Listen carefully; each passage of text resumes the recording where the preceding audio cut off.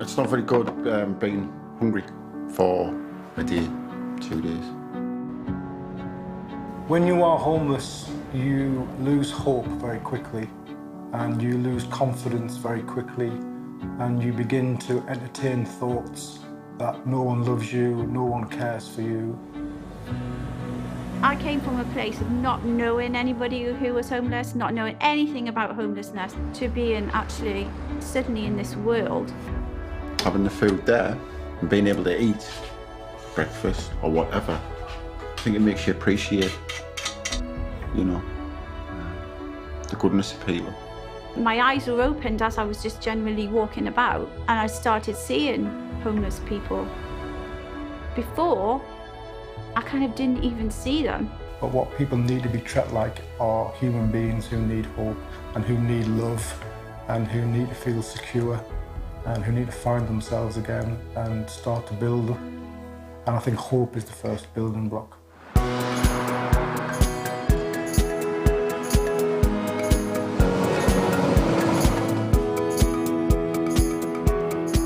So here we have Hampden Street, a new operations centre where everything's now brought under one roof. So we've got now a soup kitchen, the food bank, the clothing bank, showers. There never was a plan. It was all done by faith, so it was kind of just one step at a time and prayers being answered. And this is where the soup kitchen takes place every Wednesday and Sunday.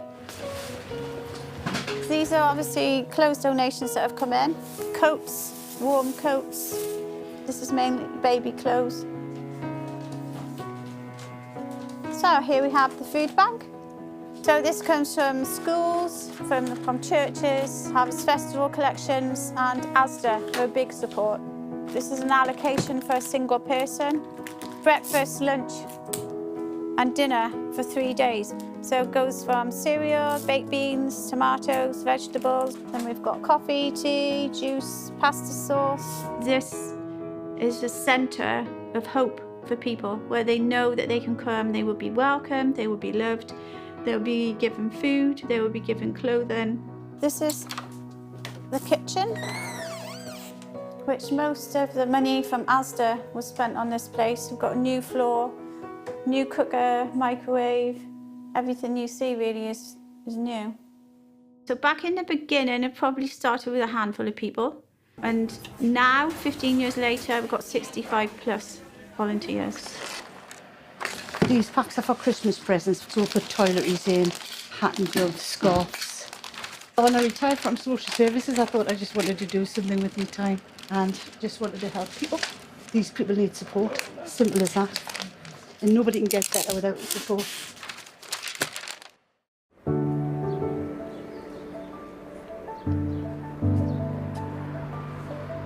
To me, the powerhouse and the power behind Hospitality at Hope is Amelia. And it wouldn't be there if it wasn't for the work and the passion Amelia puts into it. I've always had ideas, but it's one thing to have an idea, but it's another thing to actually follow through with the idea and get it off the ground. She gets stressed out, and it's been a very stressful journey in many respects, because it's all very well having trustees and volunteers, but until very recently, Amelia has effectively run the charity by herself. I would never ever have dreamt that you would end up with basically an organisation reaching out to people in ways that I would never have thought was possible.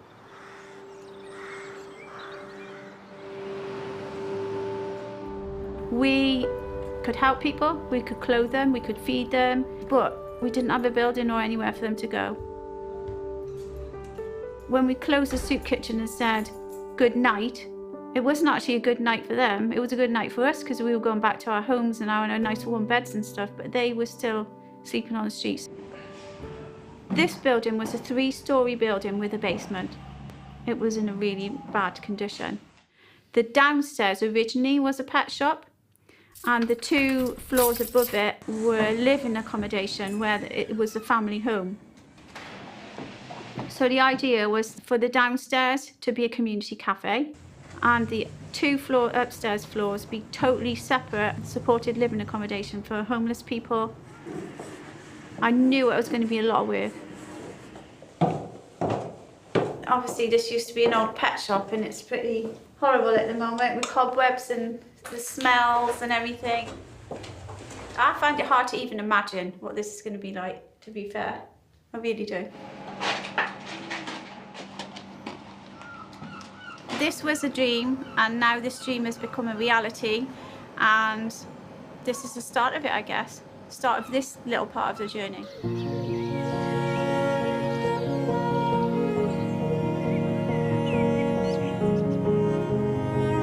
I was brought up in a Christian family, and I got to 17-ish, and I'd had an absolute guts full of it. And I just kind of went into the world and did my own thing. But I always believed in God, I always believed that.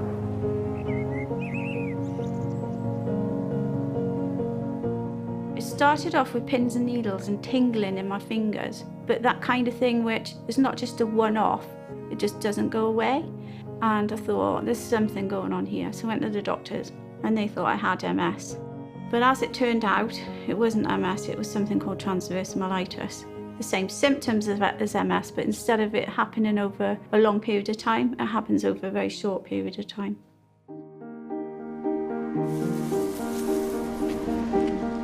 So one night, in desperation, I got on my hands and knees in my bedroom and I just said, Lord, if you're real, then I'll do a deal with you. You make me well and I'll do anything you want. Well, at the time, you don't realise what you're saying, but actually, over the months, I did become better. This is St Michael's and All Angels in Westow, South Shields. And this is basically where Hospitality and Hope actually started. The seed was sown, I guess. I felt inside me a voice saying they wanted me to help the homeless and set up a soup kitchen in this borough. But I thought I was going crazy, and I was like, no, I put this to the back of my head. And I wanted a confirmation that it wasn't just me thinking that it was actually God asking me to do that. So when I walked through here and I looked up there and that word, charity, was lit up, for me, that was confirmation. And that was the beginning of Hospitality and Hope.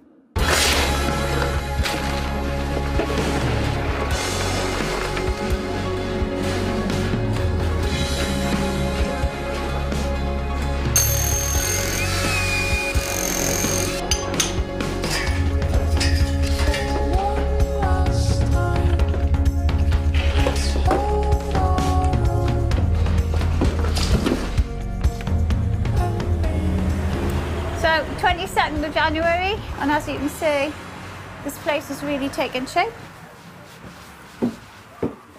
Hiya. Oh. Wow. There's no walls, there's no ceilings. It's just like one big, huge room.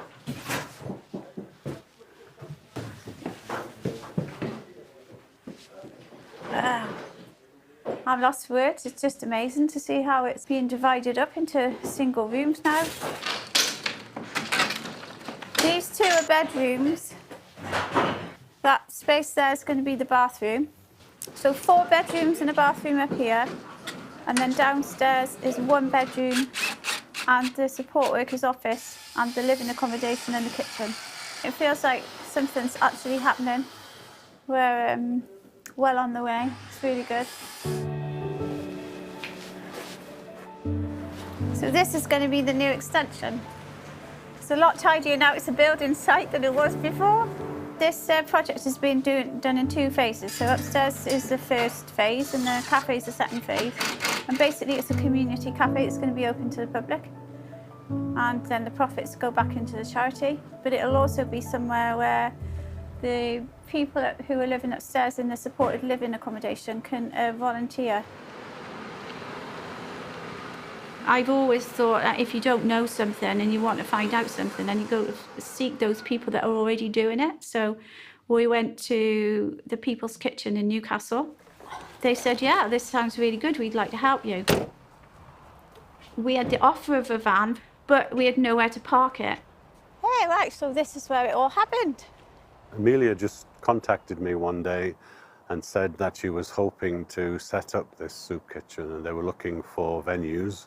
and she thought that the car park outside of our church would be an ideal venue. So the first night we opened, it was February. It was really dark, it was wet, and there was just one guy turned up. And it looked as though it was just never ever going to get off the ground, and then suddenly a few more people came. And of course, once you have a few people, they start talking about it and they spread the word. And then after 6 months, you offered the use of the building. Yes.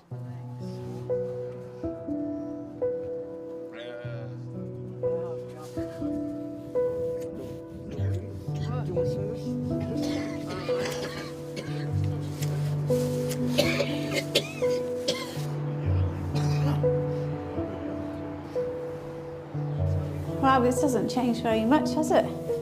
This is exactly the same as when I left 10 years ago. Wow. So she had this vision right from the very beginning of wanting a place where, you know, a place that she could call her own or their own, where you could do a lot more than just turn up and give a sandwich to people. I think she saw that as a start. No, but I'm in the way for the car though. I actually started going to St Michael's Church, and I said, well, is there any reason we couldn't have a soup kitchen on a Wednesday? So that we started another soup kitchen there on a Wednesday lunchtime. I eventually left St Michael's Church and I started going to Living Waters Church and started a soup kitchen there. So then we started 3 soup kitchens, and then as time went on, 4 soup kitchens, and then as time went on, 5 soup kitchens.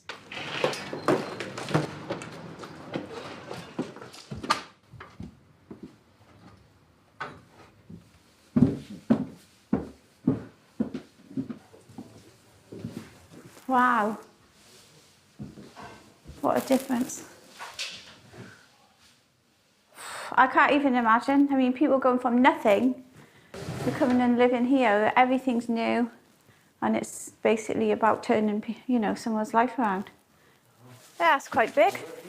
A personal space, which is your own wash basin, your own facilities. It must be huge.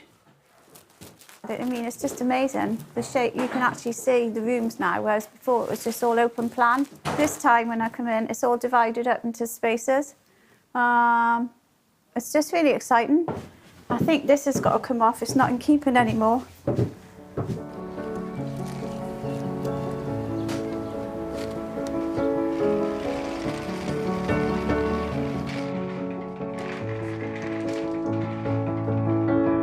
We found that more and more people were coming down with children. On a dark winter's night when it was raining or snowing, we had to turn around and say to people, I'm sorry you can't come in because we can't have no under 18s. You know, this just was not good.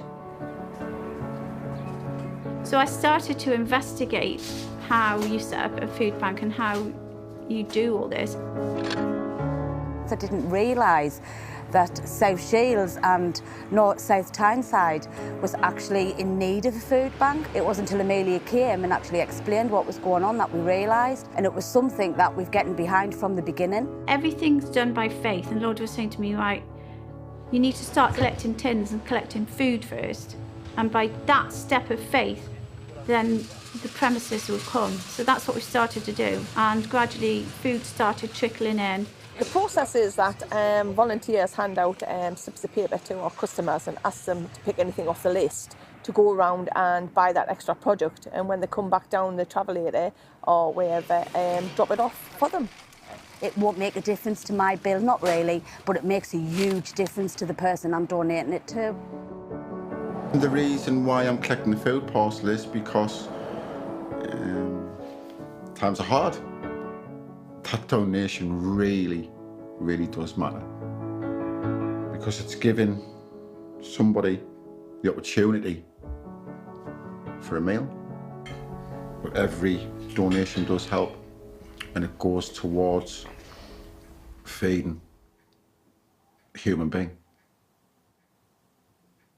I think one of the volunteers at the soup kitchen at a time said she knew a businessman who had the old Lloyd's TSB bank building in South Shields, which was empty, and that she would speak to him and see if we could use that. But we outgrew it within a year. So South Tyneside Council actually gave us the use of Brinkburn Community Centre, where we started off in one room, then outgrew that and had 2 rooms, then outgrew that, and I asked for a 3rd room, but they unfortunately didn't have a 3rd room. If we didn't have a premises, then obviously we'd have to close.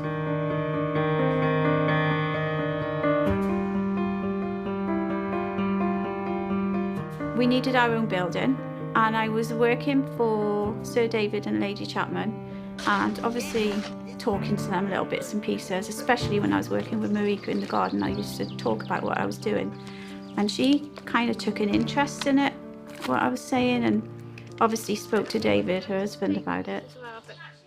As I learned more about the charity, and I said, well, it might help the charity if they were interested, that I would be willing to become the patron of the charity. And they had a trustees meeting and were kind enough to ask me to do that.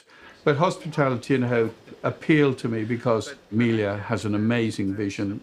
She is a remarkable example of somebody and her fellow trustees who actually believe that they should continue to help people less fortunate than themselves. So David and I went to Ian Malcolm, the leader of the council, and basically said to him, you know, this is where we are with the charity. We're looking for a building. Can you help? He came up with a list of 4 buildings, the first one of which was the old day centre at Hampden Street.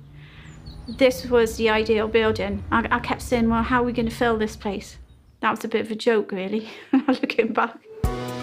We started off cleaning it, stripping wallpaper off, and then realised that we needed new floors laid, that we needed a whole new kitchen, and so I put an application into Asda.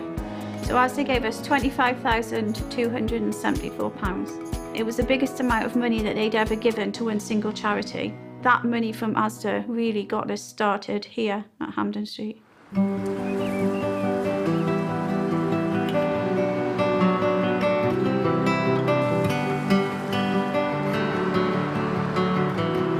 In the New Year's Honours 2016, I was given the British Empire Medal. Ladies and gentlemen, I've presented this medal to Amelia on behalf of Her Majesty, and it comes with her congratulations and best wishes. So yeah, it was a big shock, big surprise. I really want to stress that I haven't done this work on my own. Over the years, many people have been involved in various ways, volunteering, praying, supporting, encouraging, donating. Henry Ford said, coming together is a beginning, staying together is progress, and working together is success. Thank you.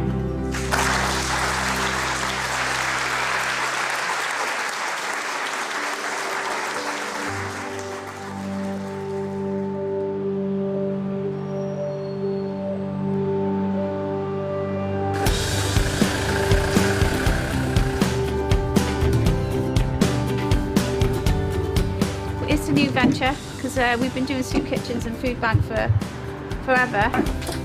Good. It is exciting, but it's scary at the same time.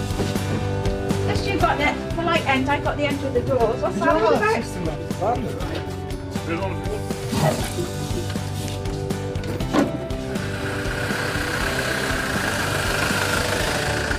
And then upstairs are the 4 bedrooms. So the bed and a small chest of drawers for each of the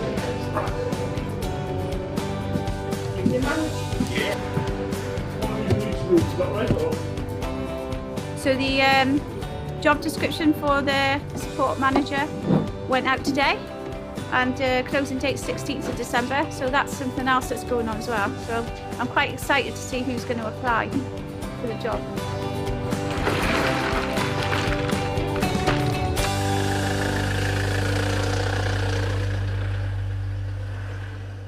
I've worked with homeless people and vulnerable people and people struggling with addictions for around 20 years, and I've made lots of mistakes in how do you deal with people with hurt in their lives and addictions in their lives. And it goes back to, again, you've got to treat everyone as an individual.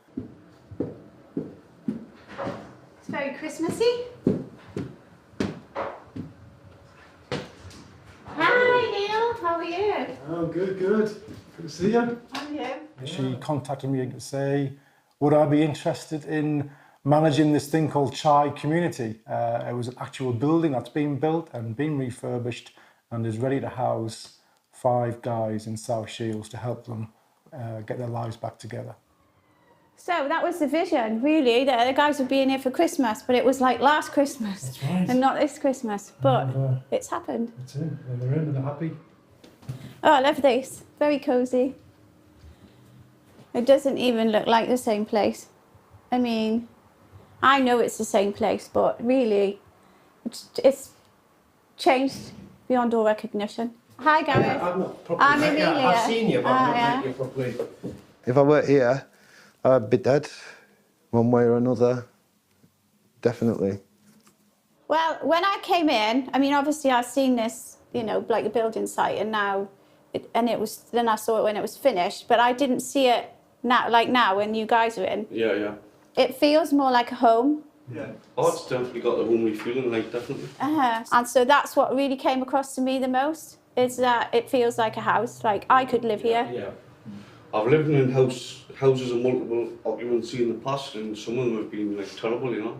Obviously, if there was more places like this, like I suppose the world would be a better place, wouldn't it? I would like this to be an opportunity for people to actually go down a different route. You don't see no 50-year-old junkies. I'm 10 years away nearly from being 50. And even if I have 10 years left, yeah, which praise to God I don't, they're going to be clean, and I'm just going to use this life I've been given, do you know what I mean? This could be the place where their lives actually change for the better. It's like a responsibility in a way, yeah? We can't just... We have to make this place work, do you know what I mean?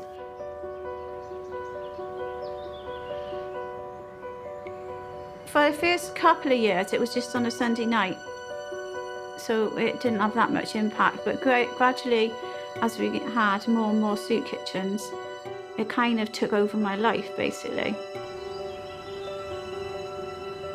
And I was working 80+ hours a week, and I became really ill, and I was just physically and mentally exhausted. I just had to take time out, basically.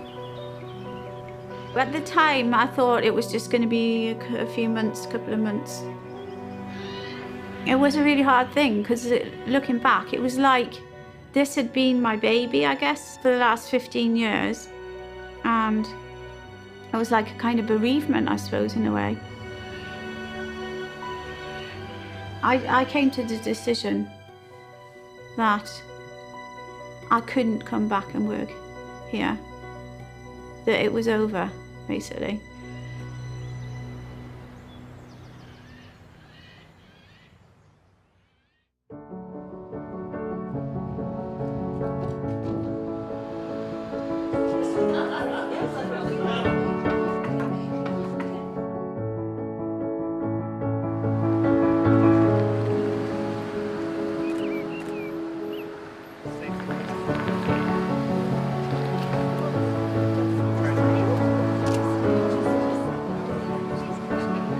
Your Royal Highness, Lord Lieutenant, distinguished guests, may I present to you Hospitality and Hope, on whom Her Majesty the Queen was pleased to confer the Queen's Award for Voluntary Services 2017. Princess Alexandra came up and presented to the charity, by which time I was no longer in the charity, but I was really, really happy that the charity got the award. It was for all of those volunteers who put in such hard work over the last 15 years. It's a great honour to receive this award on behalf of all the volunteers who've contributed in the past and the present in supporting the needs of the homeless and people at risk in South Tyneside. We must not forget our founder, Amelia Luffrum, who started the charity 15 years ago.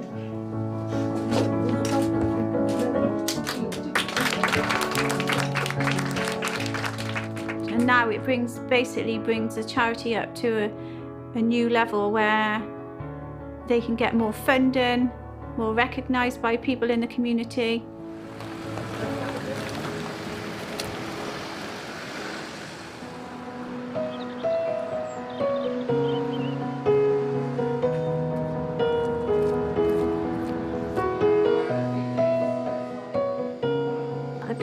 who need the service are still being helped. That's the bottom line for me. That's what it was all about.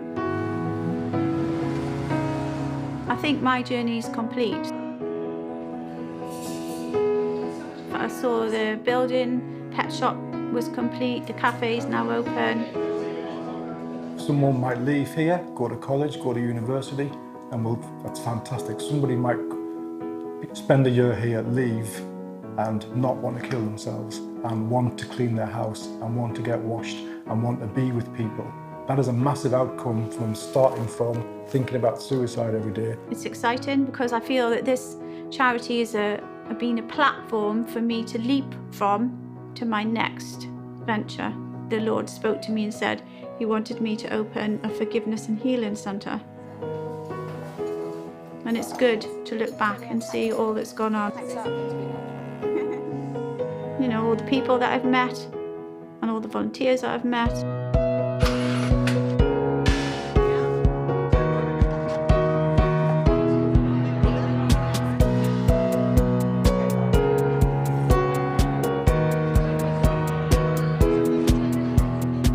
I'm just really honoured that God would use me in this way, because, you know, God doesn't use everybody, I understand that. It was actually quite honouring that I could do this.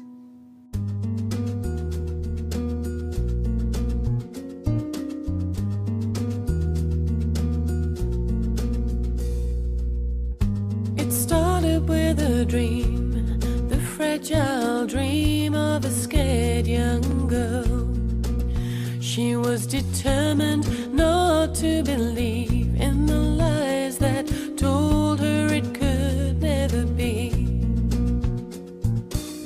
Then someone told her, you can be whatever he meant you to be, and do whatever he says you can do. Don't settle for mediocrity, don't sell out on your dreams, give it your all. And she did, and she discovered that